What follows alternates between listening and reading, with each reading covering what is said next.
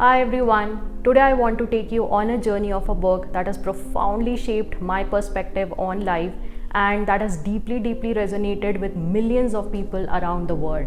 Well, here is a book you must be already aware of. It's Ikigai, the Japanese secret to a long and happy life. This book is actually written by Hector Garcia and Frances Miralles. Ikigai is a Japanese concept that means a reason to wake up in the morning. In my opinion, it's a perfect pick if you are on a journey of self-discovery, where you want to discover about yourself, where you want to become more self-aware and you want to realign your mission with your passion or maybe something that truly matters. Well, Ikigai is a Japanese concept which is comprised of two words, Iki and Gai. So Iki means life and Gai means worth or benefit. So when these two words combine, they form Ikigai, which means giving life worth. Well, this book takes us to Okinawa. It's a small Japanese island with highest life expectancies in the world, and people call it as island of longevity. These authors, they have spent time with these centenarians, island centenarians. So these are the people who tend to live 100 years or more, and these authors have tried to uncover their daily habits and life philosophies. So if you see at the back of this book, Ikigai represents intersection of 4 circles that forms a foundation of a meaningful and fulfilling life. So these 4 circles are what you love, what you are good at, what you can be paid for, and what the world needs. So first is what you love. So these are activities or work, when you do them you feel happy, you feel fulfilled, you feel excited and energized. For example, for some people it could be playing music, it could be painting, it could be programming, or it could be just helping others. Second is what you are good at. So the capabilities that you have gained or prepared yourself or worked hard on yourself to acquire that particular skill. So there are 2 things to it. Of course, you can be born with a talent, with some kind of skill, right? Or second is you have worked on yourself that hard to develop that skill. For example, if you are good at coding, problem solving, programming, or maybe leading a team, so those are the skills that you have developed over time. Third is what the world needs. So how you can use your passions, your values, your principles, your skills in order to contribute something valuable to the world. You could be supporting a cause, you could be building something meaningful that might ease people's life. For example, if you are a doctor, your contribution is towards healing people. If you are a teacher, your contribution is towards educating and inspiring students. Or if you are a coder, programmer, problem solver, your contribution is towards maybe creating some kind of tool that might ease people's life. Fourth is what you can be paid for. So the skills or the passions or any kind of service that you are providing maybe to the world, to the set of people, to the job in exchange of income. And that income is for your sustenance and probably your family's sustenance. For example, whether you are a software engineer, graphic designer, artist, pilot, business owner, maybe a freelancer. So you are providing value in terms of service or product in exchange for income. This is actually a powerful way to understand Ikigai. So out of those 4 circles, let's say you have 2 circles present and 2 circles are missing out.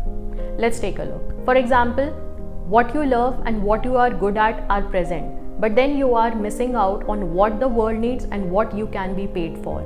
So here you feel satisfied but not impactful. For example, you love painting, you are great at it, you spend hours creating that painting, but you are not sure how it helps others or how to make money from it. You feel creatively fulfilled, but the question is if it has a higher purpose or financial future. Second is what you love and what the world needs are present, but then you are missing out on what you are good at and what you can be paid for. So here you feel fulfilled but financially strained. For example, you deeply care about the climate change and want to educate others about it. And then you start a blog about sustainability.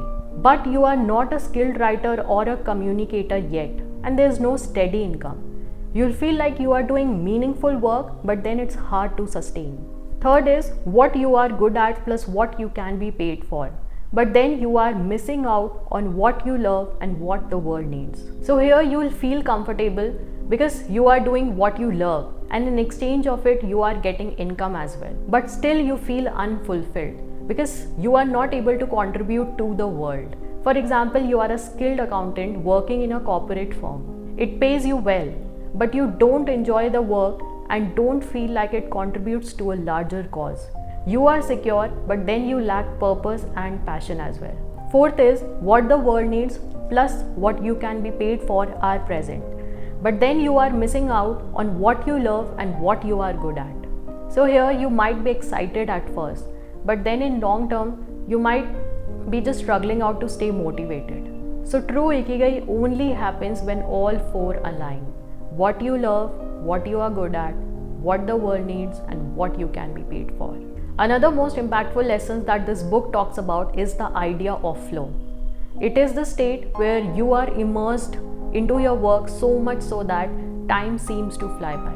And the authors have highlighted this in the book, that immersing yourself into the work is so essential. Achieving that state of flow is so essential because somehow it takes you closer to your Ikigai. And if you often find yourself losing focus when you are especially doing your most important task, then authors have highlighted 3 powerful strategies and practical that would help you to achieve your state of flow. So strategy number 1 is you choose a difficult task for yourself, but not that too difficult. So flow happens when there is a balance between the challenge and the skill. So if the challenge is too hard, then you'll feel anxious, right? And if the challenge is so easy, you'll get bored. So the sweet spot lies in finding the challenge that pushes you just enough, that it excites you rather than overwhelm you. And I believe that's how you keep on climbing mountains, by pushing yourself. Strategy number 2 is to have a clear and concrete objective. So if you are not having a clear objective, you are going to allow world's noise to distract you. And the moment you become aware of the clear goals that you have to achieve, the clear objective that you have in your mind, your focus sharpens, your focus doubles. Every small win acts like a milestone on your journey that gives you momentum and keeps you motivated enough, that keeps you running on the journey. Strategy 3 is concentrate on a single task. Authors have specifically highlighted in the book that when you multitask, your brain constantly switches from one to another. It feels productive, but it's actually not. You're actually draining your mental energy. And somehow you are getting slower because that energy, most of that energy is going in the context switching. Well, most of the times concentrating on one single thing is the fastest way to get things done. And Ikigai teaches us to be present in the moment. And this deep focus helps us with intention and satisfaction, moving us closer to our Ikigai. Ikigai is special because it encourages deep self-reflection, helping us identify the intersection of what we love, what we are good at, what the world needs, and what you can be paid for.